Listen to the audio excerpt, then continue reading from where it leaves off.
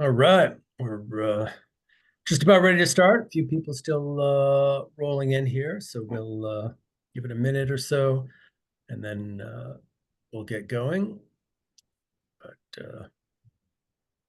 today's session, what your email metrics are telling you, you can get the introductions. I'm Michael DeRoche, Managing Director of Polite Mail Software, and I'll be going over some elements of this today, some housekeeping.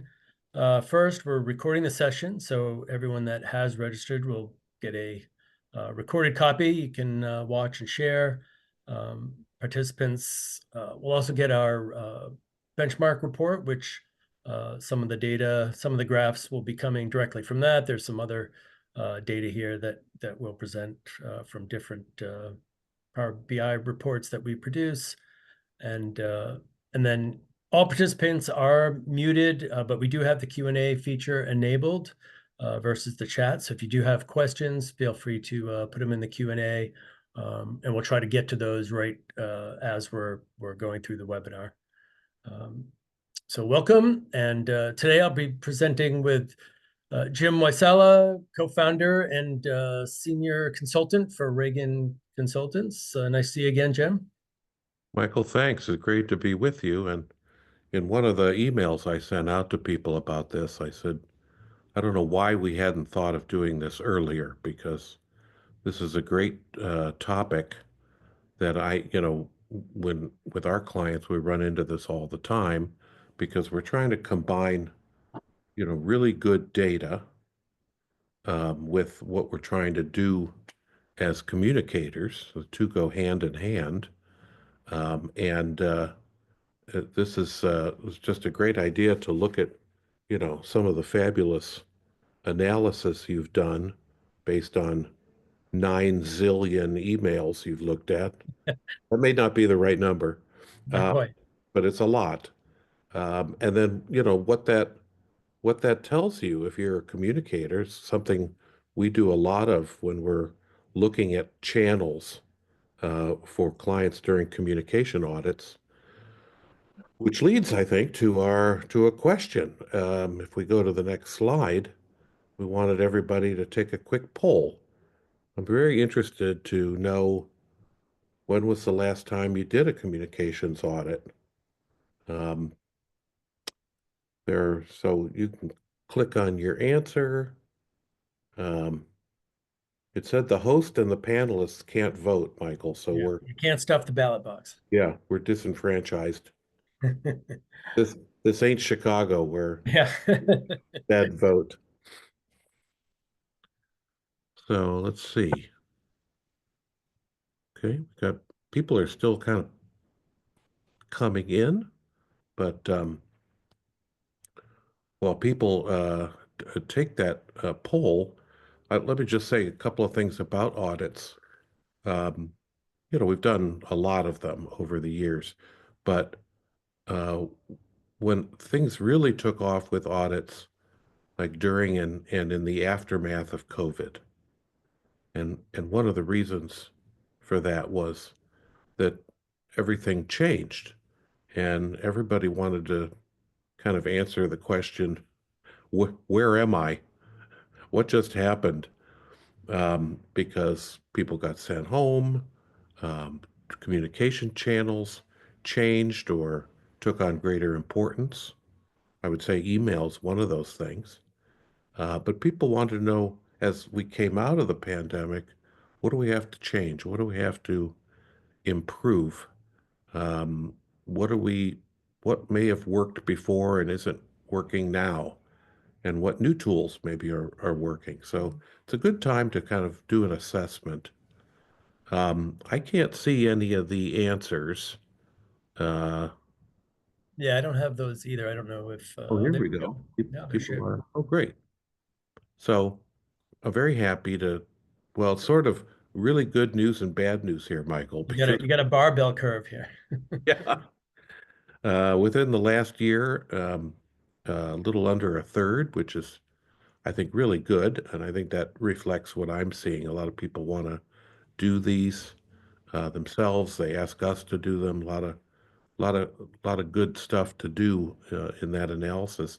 And then 38% said, I can't remember the last time we did a comms audit. And for those, I would just say you're in good company out there. A lot of people can't remember the last time, but think about it, because this is so much has happened. This is a perfect time to say, okay, where are we right now? Let's establish a kind of baseline for where we are right now and what we need to do going forward, so that we have that baseline to measure against, to measure our progress over the last, you know, over the next year or so. So that's good. Thank you for answering that. So we can go on to the next slide. Uh, Well, let's see. I wish I could. okay, There we go. there we go. All right. So from the communications point of view, um, the metrics are very useful to us because we can see what's working. But I think, what Michael's going to share is what are the best metrics? What metrics really tell you a story rather than give you kind of surface level information that maybe you might put too much stock in, or look at and maybe draw some false conclusions. You need better data, and that's something that Polite Mail does really well. But on the comms end, what we look for is kind of the what, why, and who and how, because there are a lot of different reasons for writing an email, or any other communication for that matter. And depending on what you're after, it's going to affect how you do it, how you create the aim, what format it takes, what voice you use in the writing, what kind of headline or subject line you put on it. Um, in many cases, it's telling me like what's happening, kind of newsy. Email's very good for that. Um, what we hear a lot is from employees is, I want to know what, but I also want to know why. And email, especially in combination with perhaps other tools like a intranet, is a great way to improve understanding. You want people to know about stuff, but you also want them to understand it. Um, and then uh, driving engagement is kind of the next level. How do you get people to interact with each other, to take action, calls to action. Email can be very good for that. And again, the how is part of that. How do I contribute? How do I interact?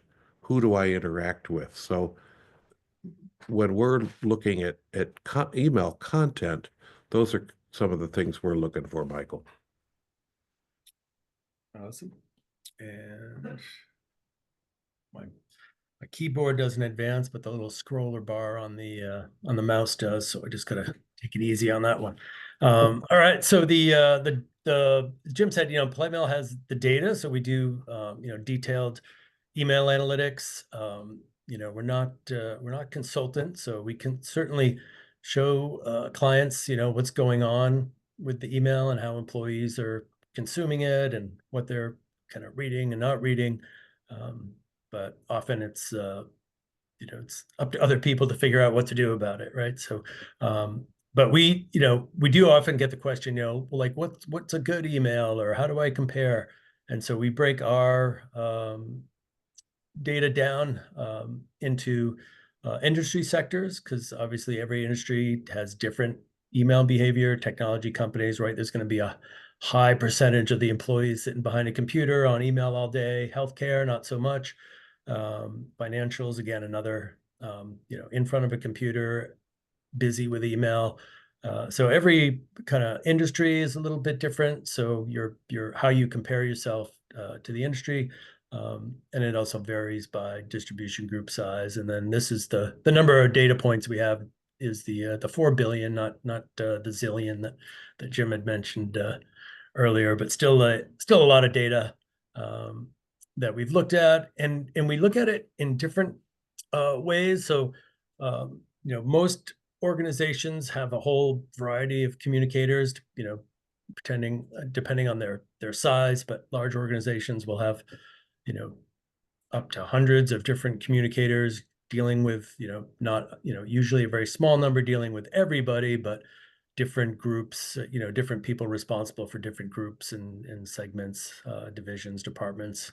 Um, and so oftentimes it's useful to compare the results and also to identify, like, what's a good open rate in our organization, right? So we kind of look at it like how you got graded in high school, perhaps, right? So you have a range of results, and then you kind of grade those using kind of a quintile system. So you take, every 20% and you divide that up into equal parts. And at the line where each equal part, starts, would be your grade. So in this case, an A grade for an open rate would be anything 88% and above. A B would be 79% and above. A C would be 70%. And then, of course, we have the overall average, which is 67%. And so that way you can kind of compare where you stand versus kind of these benchmark averages, and even your grade within your own organization, and kind of determine where you're at, and then figure out, what you could be doing differently. And then we also have, so beyond open rates, we have this concept of ignore rates, because just because someone opened the email, which means, it came into their inbox and they looked at it, oftentimes, you skip right by to the next one, or you hit the delete key. So there's a percentage of emails that, even though they're opened, they were never looked at. And so we measure that time, and we count anything under 3 seconds as an ignore.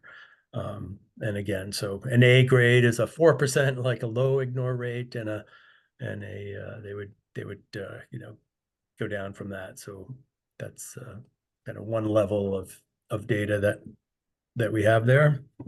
Yeah.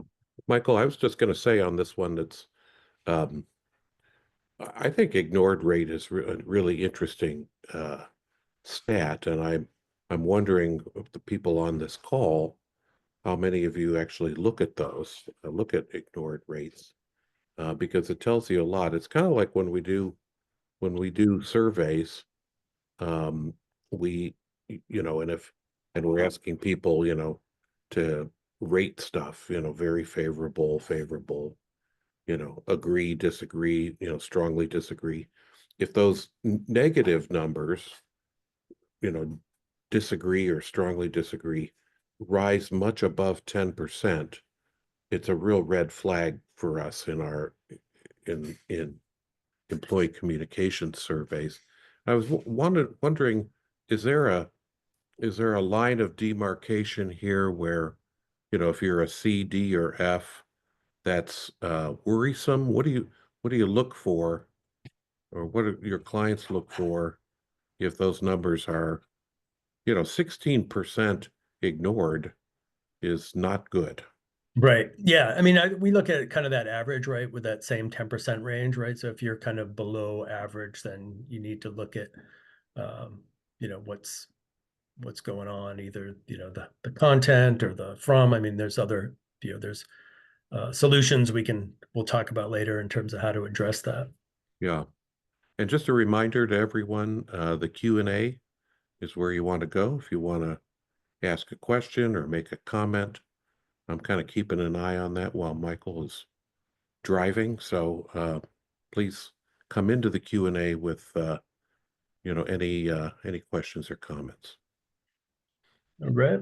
And then here's just a look at some of the other kind of various curves for some of the metrics that we monitor. So attention rate in this case, so some of our customers might not pay attention to ignore specifically, but attention we calculate is basically opens minus the ignored, right? So that's kind of our key metric of reach, how many people actually received the email and paid attention to it.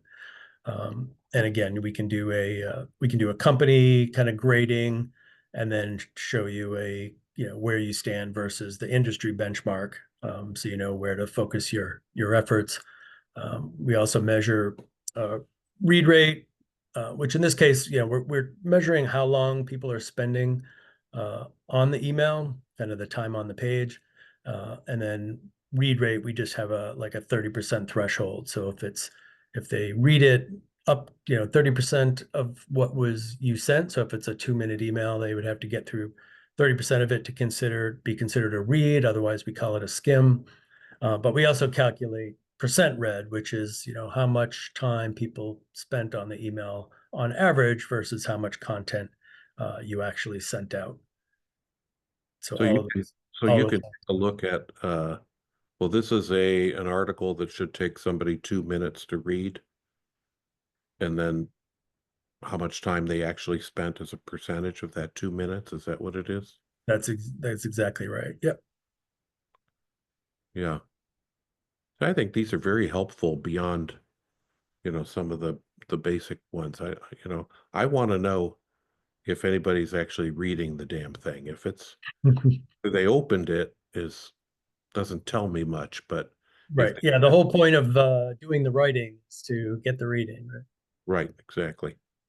All right. And then the last piece on this grading idea is again just focusing on most organizations will have they'll have a number of communicators, but most of those communicators will also be sending from multiple addresses, right? They might have responsibilities for various executives or different programs, newsletters, what have you. So we can measure this by the person that's sending as well as the actual from address, and you can kind of monitor those metrics, and then we'll give you an indicator. The kind of the green bars are ones that are trending up significantly, and the kind of orange red bars are considering those that are trending down considerably. And again, just to highlight the areas where you as a communicator may need to focus your efforts. And average open rate 68%. Our top 20% open rates 83%. Again, we don't try to focus on open rate so much as attention, because again, you really want readers. But this is a case. Open rates is one of those situations where um, you really need to know or question like who's counting the votes. We have heard from customers coming from competitive tools that are, why do I have 120% open rate, right? That doesn't make any sense. Or even earlier, like there was a change a little over a year ago, performance change that Microsoft did to increase email loading speeds. They started to do multi-threaded opens, and each of those threads would basically count as an open, and we had to change kind of the internals of what our software was looking for so that we weren't over counting the opens. If a tool didn't make that change, then you would get a higher open rate. And then inevitably when we fixed it, which if customers hadn't upgraded in a while, then their open rates would have gone down, and no one likes their open rates to go down, but it was more accurate. But if because we had to explain like, hey, it was a change to Outlook. You'll often see this with email security now, as that has become more popular. Like they'll do proxy open, so a tool, a piece of machinery, security machinery in your organization will open every email and inspect all the links, and that creates a whole bunch of superfluous data, which we have to filter out, because otherwise you would get 100% open rate when it's really just a machine doing it and not a person doing it. Oh. Michael, we have a question, which I'm absolutely certain you'll be able to answer, and that is, what tools do you use to capture these metrics? Yeah, that would be our own tool. But so polite mail, we have 300 plus enterprise customers, and then what we do is pull kind of anonymous aggregated data into what we call a benchmark, and a lot of this data is coming from that. And then some of the grading I showed you was more based on actual customer accounts, but all that personal information hidden from view there. But it's our own tool that's generating the data. Great. All right. And again, we focus primarily on the attention rate. So, top communicators, 80% attention, average readership in the 65% range. And so again, those are good targets when we work with customers on kind of evaluating their metrics. Because again, most communicators, they're not analysts or mathematicians by nature either.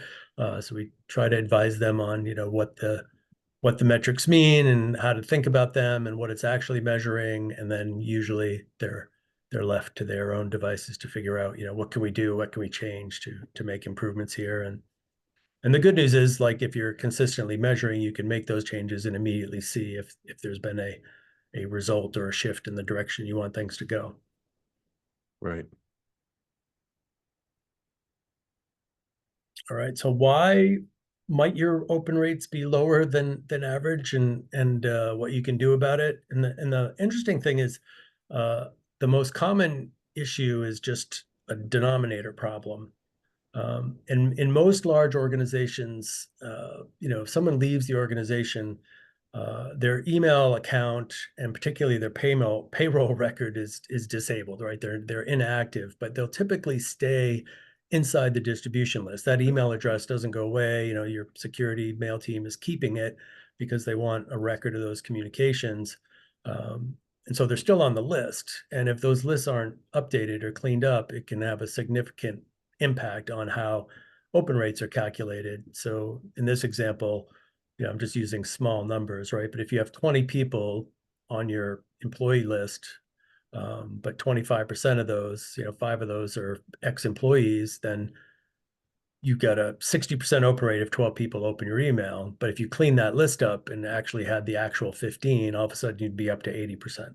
So just simple list cleanup activity, which, IT tends to be loath to do. We've actually ended up building some tools to do that for companies, our clients, because it's just, it's difficult to marry up your HR system and your Office 365 or Active Directory system. But that alone can get you more accurate data, which is kind of open rate.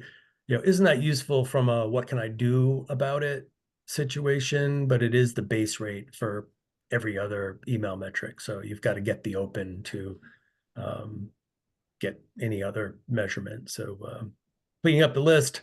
And then also, depending on how the email is going out, a lot of times we see a lot of companies using email marketing tools for broadcast distributions just to get some level of measurement.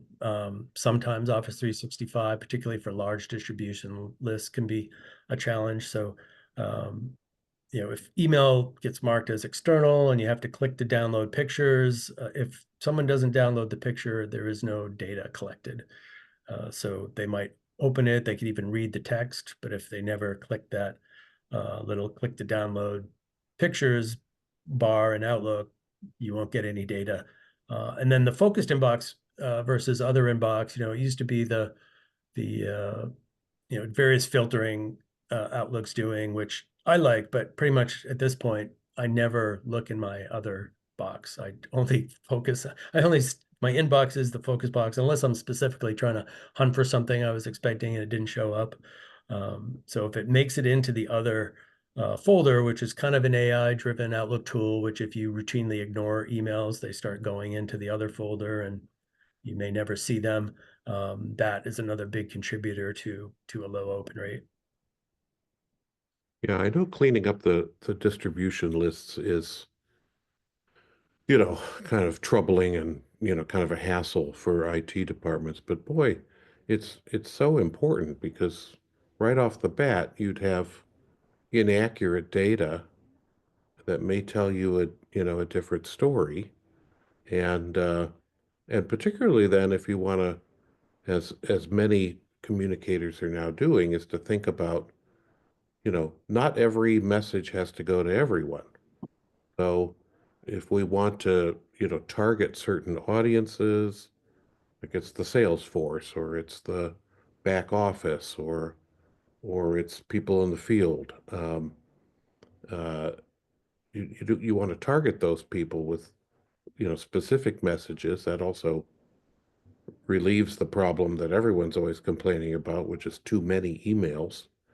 but those lists have to be in good shape in order for you to assess how your messages are doing. So that's one I think that everybody could, go back to their folks and say, when's the last time we cleaned up the list, particularly in large enterprises.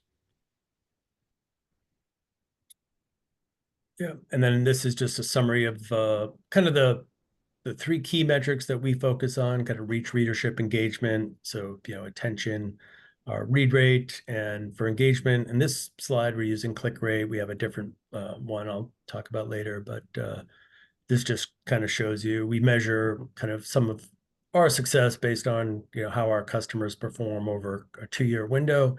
And this shows you, on average, customers will improve by 5%. But the top 20% will improve 46% in attention, 83% in readership, and over 150% in clicks. So we just kind of monitor this to see how well we're doing in terms of, our customers getting the value out of the metrics. Can they make meaningful change just by having the numbers to monitor? What characterizes just to go back to that for a second, Michael, what characterizes the top 20%? I mean, Uh, we often yep. look, yeah, So it's that same idea of the grading. We just take the kind of, we divide up equal parts of 20% each, and then that top group of 20%, like this is the 46% would be the average inside of that group. yeah. And do the people who are in those top tiers, I mean, we're always interested in, you know, is there one group we're reaching, really well and another group where we're not reaching? Yeah, so in this case, this data, it's all anonymized. So Yeah, if we were working with a customer directly, we could get to, who those top 20% were. yeah, And oftentimes it's not, we're also generally not doing it as a person, like as a communicator, so much as the from address often is the way you look at it, right? So the program you do for the CEO might have significantly different metrics than your newsletter. right, right. And then this is it looked at, at a customer basis. And again, we're kind of showing you quarter over quarter improvements, what have you been able to do? And then we also track that back 3 years or so. So you can kind of see what the trends are and where the inflections um, are. And I think when we were looking at this before, Jim, you noticed something interesting in the peak and the valleys there. There certainly is, and everybody, I think, experienced this. If you look around where the peaks are, it's right, smack in the middle of the pandemic. And email became such an essential tool for reaching people. It was an easy way to reach people, easy way to connect with people. A lot of people were sent home to work from home, but they're in front of computers, so we can connect with them. And um, the interesting thing from my standpoint, working with customers, is it wasn't, the number of emails might have actually, declined but everybody paid attention to the ones that went. And part of that was that email became such a lifeline for employees that I talked to a lot of communicators who said, you know what, we shoved everything else aside that wasn't crucial and really focused on, what we needed to tell people, real need to know kind of stuff. And when we were doing assessments kind of in the middle of the pandemic, I would talk to the CEOs and I'd say, it's not like you want a crisis every time to boost your engagement numbers or your readership numbers, but there are a lot of lessons to be learned from this, really high attention rate and really high read rate. And part of that is how they prepared their messages, how they wrote them, how they, the headlines they presented, to many of which had a sense of urgency to them, but also others from leadership that had a more personal touch, which people really appreciated. So there were so many lessons to learn from a period when, things were kind of up in the air for a lot of organizations. And I remember talking to some of these CEOs and saying, the thing that we have to try to do is hang on to that, the lessons learned. Not that we need a crisis every other week so we can keep the numbers high, but what did we learn about how we're communicating and how we're writing these emails? And as you can see from your charts, uh, that didn't work so well after things we started to come out of the pandemic. The numbers really plummeted. The good news is, Michael, they seem to be coming back up a little bit. Yeah, we're starting to see that turn around. We saw it in our benchmark averages. We noticed like volumes overall, on average, volumes did go up, almost doubled immediately getting into the heart of the pandemic, and then stayed high. And then uh, last year, really, late 22 and last year really the volume started to normalize, come back down to normal levels. But what didn't come back, because obviously, if you turn up the volume, or you increase volume, you tend to decrease interactions, right? People can only take so much and do so many things. But that, those interaction rates declined as the volumes declined, and you can see like, people just from exhaustion or wherever it was, right? They stopped paying attention or reading so much, or maybe, like you're suggesting, like maybe a lot of the email threads and content being produced went back to the old boring stuff that no, I don't want to pay attention to this. I didn't have to for so long, whatever. But that led to pretty consistent declines. But now we're seeing those rates start to come back. Yeah, Again, normalize in the other direction. So. I think that's really interesting. What have we learned from that? Like you said, I mean, email's always been a place for important information, but also, frankly, a lot of crap. And a lot of the crap went away during the pandemic. And unfortunately, what I see in a lot of organization is, Michael, the crap is coming back, and so we're not getting the same results. Josh King is in the Q&A. He's got a question. Um, I don't know if this is for you or for me, and I wonder if Josh can turn on his microphone. Is it he's is it just using your team as a service that generates these sorts of improvements? Josh, Hey, are you on? can you hear me, Jim? Yeah, Yeah, I was just talking about the previous slide where you saw like 154% or 157% improvement, how that kind of improvement was generated, or was that just, sorry, maybe that's just over time? Yeah, so it's really just, it's kind of like, you see a lot with health monitoring, right? The number of steps, your heart rate, how much sleep you get, right? Once you have some analytics that you can pay attention to, you can start to make changes and see if, is your sleep improving? Is your click rate improving?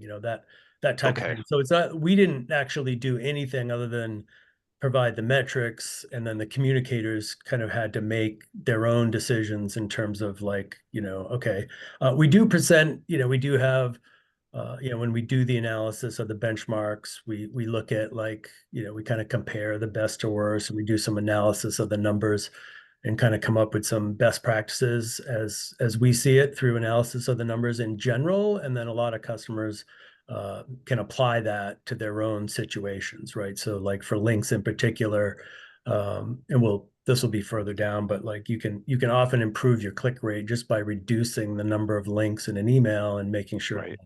that first call to action is right up in the preview pane, right? And so if they weren't doing that before and then started doing that, all of a sudden they're going to see a big improvement in their click through. yeah, Okay, all right, thank you. yeah, Josh. I'll just add, it's a really good question because it's kind of why we wanted to do this webinar together, because you give everybody these metrics and kind of help them understand what they mean. And on our side of the equation, we're looking at this and we're looking for trends and we're comparing that to the actual content being produced for this channel. And the combination of, the data and the story, frankly, that you're telling, against those metrics what we try to do with that is say, okay, you're doing a lot more of these, and that seems to be working. Or it kind of gets to this slide in a way. What we look at is these four, elements, because sometimes you've got, emails like the perfect channel to communicate something. Um, you know, news, immediacy, that kind of thing. But sometimes you have, the message you want to communicate, but you're putting it into the wrong channel. There are some kinds of messages where email's not the best vehicle, or maybe it's a secondary channel with that drives you to deeper and more content. We always look for that. Um, Sometimes email is perfect, but the way we've constructed the message really needs a lot of work. Email is not, excuse me, not about long, convoluted, sentences that go on too long. People don't ever get to the bottom of those emails. Sometimes everything's wrong.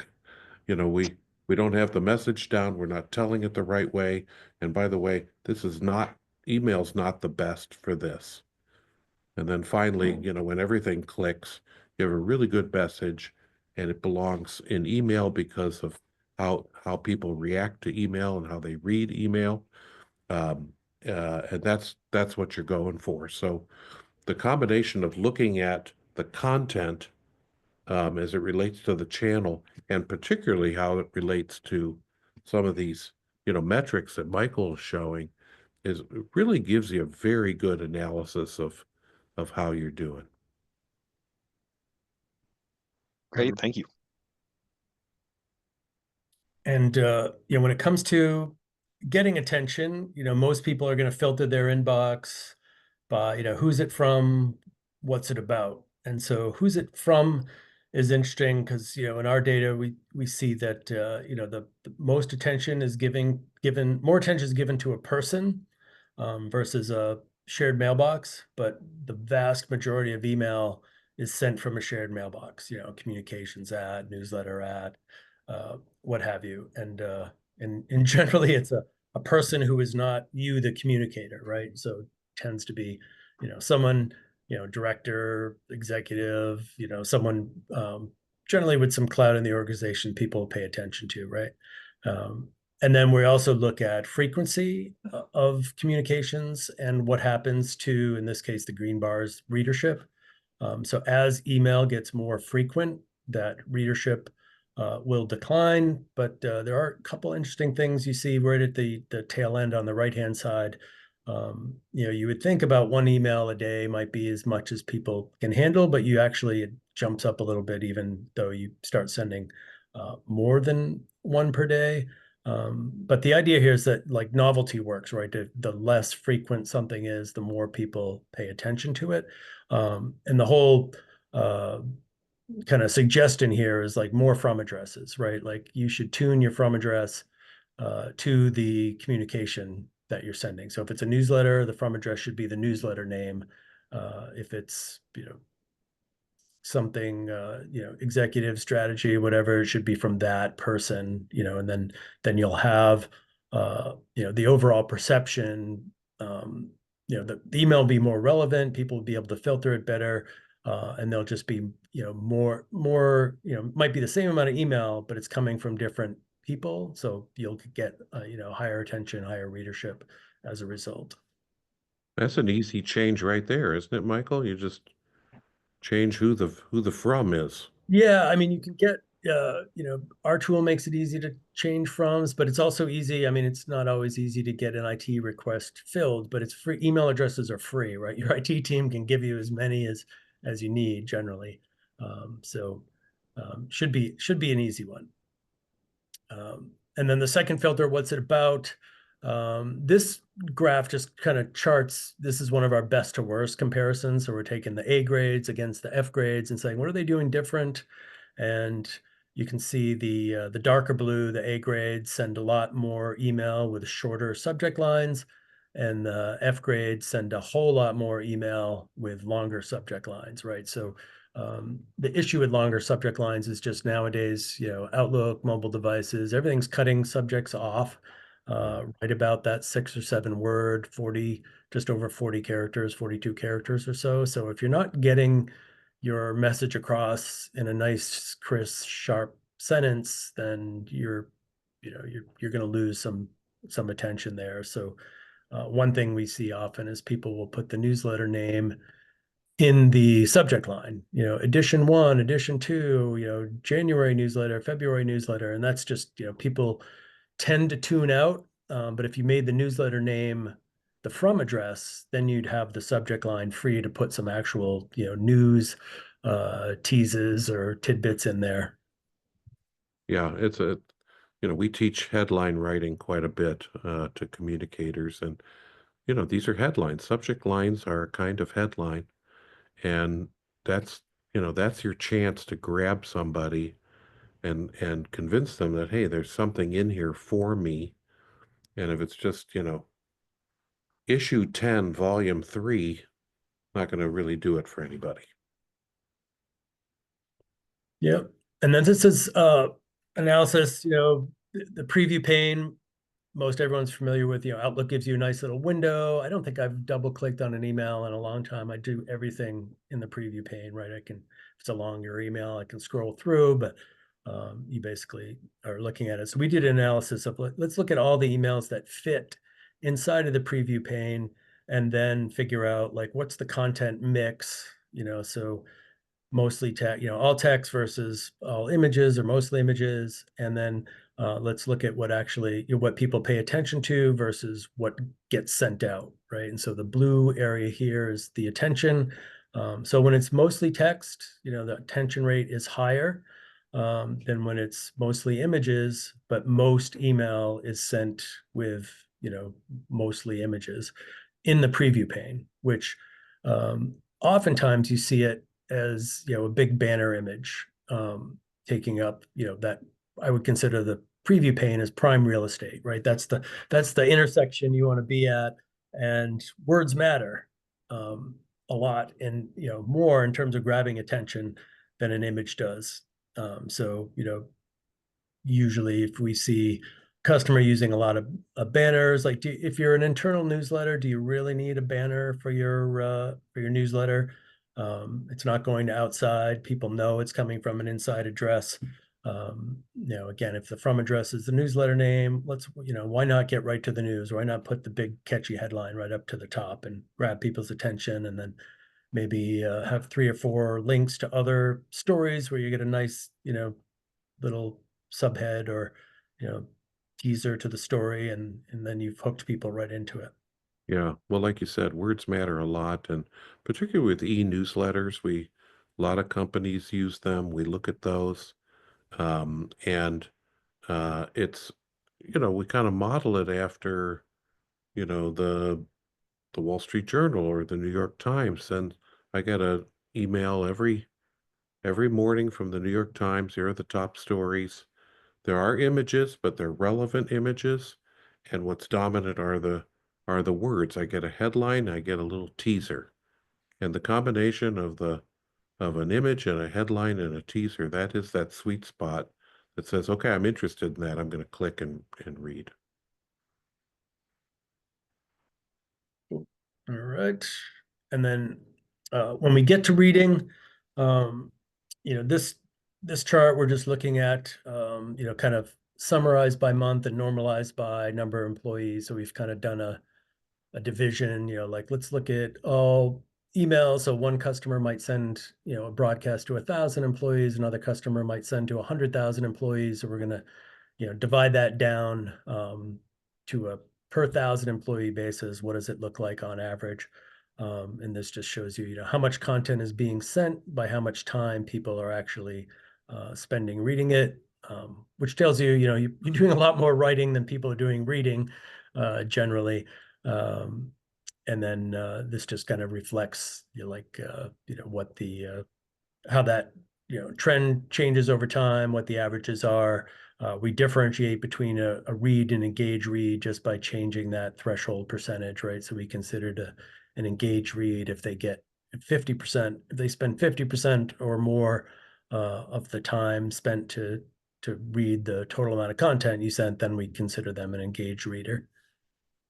Yeah, in our audits, what we find, but both things you said, we're either sending way too much, um, and so people, can't sort through, what do I really need to pay attention to, and what can I maybe skim, the need to know versus the nice to know, but also the copy itself is just too long. We spent a lot of time looking at this and see how could we edit this down. It's too wordy, it's too lengthy. People don't need to know everything in this piece of communication. So those are really good stats that really show you that you're putting a whole lot out there and not all of it is being consumed. And that's, here are some of the, reasons why. I mean, email's not meant to be, a magazine length story. It's meant to be concise. It's meant to get to the point. So by too slow, I mean, take a long time, long wind up before you get to the point. Nobody wants to do that in an email. Tell me what I need to know. In the writing itself, we see a lot of jargon, corporate speak. We always try to get that out of there. In the storytelling part of it, what we're saying to people is, what's the one thing, after people read this email, what's the one thing they got to walk away with knowing? And if you can figure out what that one thing is, really focus on getting that point across in the headline, at the top of the piece, whatever it may be, or other people look at it and say, well, this isn't for me. This isn't, meant for me, or it doesn't have any relevance to me. And of course, all the way back to the subject lines and the headlines, that's your shot, that's your shot to get people to click, and people make decisions very quickly. 3 seconds, they're considering this and they're like, nope, I don't think so. I'm going to move on. Yeah, in this chart, if you need ammunition for why you don't want to send really long form emails, and a lot of earlier on, not so much nowadays, but the companies didn't have great intranet sites, and so they used email kind of as the internet. Like, I'm going to post everything and all our long form stuff. And we've seen email newsletters that go on with 7 different topics and huge articles and stories all in one message. And so the bars on this, the green is how much time people spent reading, the gray is how much content was sent, and then each bar is 30 seconds of content, right? So this shows you compositions of email messages of each length. And then the green line is showing you like what's happening to your readership as the messages get longer, right? And it just falls off a cliff as they get longer. And we cut this off at 10 minutes. There's certainly messages that go out to 20 minutes for some reason. But the good news is, right in that minute and a half to 2.5 minutes is the majority of communication. So most of them are sticking to that 500 words or less area. Even better if you can keep it 250 words or less. Your readership will be up above 80% at that point. And you mentioned, Michael, and I think that there's a real balancing act here for communicators, because on the one hand, they don't want to, has to do with frequency versus too much stuff. So, a lot of organizations we've worked with, well, we'll send a monthly newsletter. I'm like, well, monthly is okay, But if you have anything, really important or urgent or timely, monthly is not going to help you. So you got to send more often. But then if you're sending more often and you're just overloading, like you said, something's got 7 items, nobody's going to get to those last couple of items. It just takes too long. So you have to really balance with what you send that is kind of timely and therefore needs to be more frequent distribution, versus stuff that maybe people can read at their leisure, or direct them to the intranet where they can, read a longer piece. Yeah, I don't know if we'll see if we have the graph here, but in our benchmark analysis, we basically show that people can tolerate a high volume of email, multiple per day, but only when the messages are short, right? So Right. as soon as and I think the cause of email overload, or that feeling of, email overload in most cases, is due to too much content per email, not too much emails. Because we're already, pretty much everyone's processing over 100 emails per day. But if they're short and quick and you can just move through them, great. But it's when you hit that big wall of text or multiple articles, then all of a sudden it's like, oh, it's too much. I can't do it. Yeah. We have tremendous success with when we recommend that people send, and they cringe at first. It's like, send a daily email, but it's basically, here are 5 things you need to know today, or 3 things you need to know or do. And then maybe there's, a different communication or even a different email that doesn't happen as frequently, so that people can really very quickly look at, okay, here's what's coming up this week. I got to know this stuff. I got to do things, versus here's some interesting stuff about what we're doing, but doesn't have the same level of urgency. Right. So, again, you're going to get these slides, but um, you know, stories are very different. There's news, in which case, don't hold back. Let me know what it is, versus a feature story, or a commentary piece. Those 3 examples have a very different voice. And we work with, writers through our Better Writers program to say, let's figure out the right format that matches, what you're trying to accomplish here. The second one, everybody on this call knows, you know, it's got to be concise, it's got to be, crisp. Um, and it's always this matter of, um, how do we kind of balance? We want it to be short, but we don't want to leave out any important stuff. Subject lines, headlines, leads, first sentences.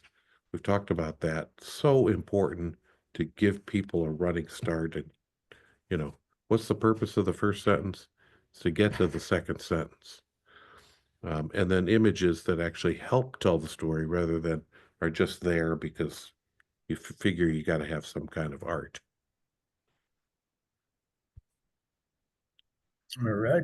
And this is that related to that frequency and message length bit here. So you can see, like, as messages get more frequent, we just kind of broke this analysis up and did, like, okay, let's see what happens to that if we look at, short, medium, and long messages. And, the dark line at the bottom, as messages are longer, the more frequent you get, the more that readership drops off. But when they're short, it stays fairly high. In fact, even those, more than one per day messages, when they're short, it's just as high as the one per month.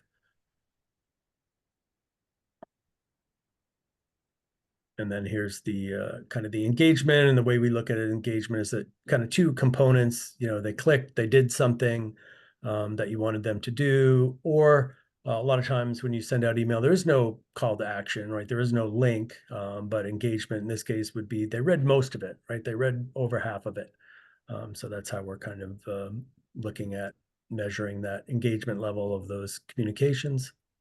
Yeah. And the low engagement generally is, the if you're putting your links down at the bottom, kind of the old advertising method, right? You give them the sales pitch, and at the end you give them the buy now. With email, you really want that, RSVP to this meeting, or attend this event, or participate in this thing, or go read your benefits and sign up for open enrollment. All that stuff needs to happen kind of above the fold. And we say above the fold, right? It's in the preview pane. If you get it, get the button or call to action right there at the top. And then again, when you give people, too much or too many options, if there's too many things to do, it's kind of like when you go to the grocery store and you're looking at all the different options and you just walk away from the aisle because it's just too. I can't dig into all these. I'm just, if my favorite's not here, I'm moving on. Yeah. I can't, buy cereal because I get too overwhelmed with the choices. And I'm always telling people, that it's the email's it's a tool. It's not something where we expect people to, curl up in front of a roaring fire and really settle in with their emails. This is meant to provide news, information, action. And if people don't get to the end, it's okay because we've delivered up front. Yeah, and this slide kind of shows you, the counterintuitive information, but some people think like, well, if I want people to click on something, then I can send them lots of links, right? And they're apt to click. The bars in this are showing you total number of clicks, and they're grouped by number of links, number of URLs within the email itself. And then the line is the actual click rate. So you can see that, as you send more links, the click rate, which is just a measure of did they click something, right? That declines as you send more and more links. The counterintuitive is, when you only send one or two links, that gives you the most total clicks. So fewer things to do, more things happen. Interesting thing, there's that little spike at 6 for whatever reason. The trend line is pretty consistent, right? If you draw a straight line through that up and down line, declines over time, but there's a little spike at 6. So I would say if you were sending newsletters or something with multiple things to do, maybe 6 would be a good number to stop at. Yeah, I like that. That's a really good finding because like you said, I do think many people kind of think the opposite. Load it up with clicks and that'll be really good. I know we're down to our last couple of minutes, so again, this is just some tips for you to take, with you. The inverted pyramid at the top right there is from my newspaper days, and every reporter learned to write this way. Put stuff at the top that everybody needs, and then as you go down the story, the details become less important. And there was a practical reason they did that back in the day because they would, run out of room to when they were pasting up the story or, compiling, the type for the story. And if you wrote it that way, you could just cut off the bottom so things would fit. The other pyramid there is more of a promotional marketing approach, similar, but they've got the call to action there at the bottom. And as Michael was saying, I think if there's a call to action, let's get at it in case maybe that is the news. And you can't count on people getting to the bottom like the big surprise. Okay, now here's what you do. That's not the right approach. And I think the last thing here, this is just a little checklist we put together so you can think about, what you need to do here. Part of it is do this kind of assessment. Um, look where the gaps are. What is the data? What story is the data telling you? And then what do you do about it? We, consult with people to say, okay, maybe it's how you're deciding on content. Maybe you need to change the format. Maybe you need to really think about frequency based on what we've learned, and then test stuff. You can do it different ways. And then how do we become better storytellers, even in email. It's important to captivate audiences. Our hold on the audience is so tenuous these days. So people are very likely to just move on, especially if they're reading stuff on their phones. So, think about these items. All right. And there we are. Made it to the finish line. Yep. Thanks, Jim. Hopefully, we presented some ideas of, based on your own metrics and data, what some things you could do to make improvements, and likely even applies beyond email for internet pages or any other, content that you're distributing to employees. So, and I think our offer here is like, if this is obviously generalized information. If you wanted to, if you're a Playmail customer, our customer success reps have some of these more detailed Power BI analytics pages that we can run against your data and give you some insights that if you haven't seen these, they are available, and we can dig into areas that you want to look at in more detail. And Jim offered to join as well to provide a kind of a consultant's point of view in terms of like, what are the problems that you're trying to solve, and what are ways that they've seen other clients kind of get results. Yeah, we'd love to have a chat with you if you want to do that, and we're happy to schedule that. You'll get an email about this, and you can see what you want to do and sign up, and we'll follow up with you. So, Michael, thanks. This was really good. I enjoyed doing this with you. And again, I wish we had done it, thought about doing this before. I know we've talked about it, but I just think combining, content and data for communicators is really the smart way to go. Yeah, certainly takes everything into perspective and allows people to make improvements. We'll be doing another one in probably January, early February, sometime in that time frame. So that'll be, well, we got this Playmail webinar, I guess, is this one here, and then Jim and I are going to be getting together again that late January, early February to talk about sentiment analysis and how communicators can kind of monitor that, find out what employees are talking about, what their concerns are, what they're excited about, and how you can leverage that in the organization. Great. Looking forward to that. Awesome. All right. Well, thank you, everyone. Thanks, everybody. Have a good rest of the day. All right. Bye-bye. Bye-bye.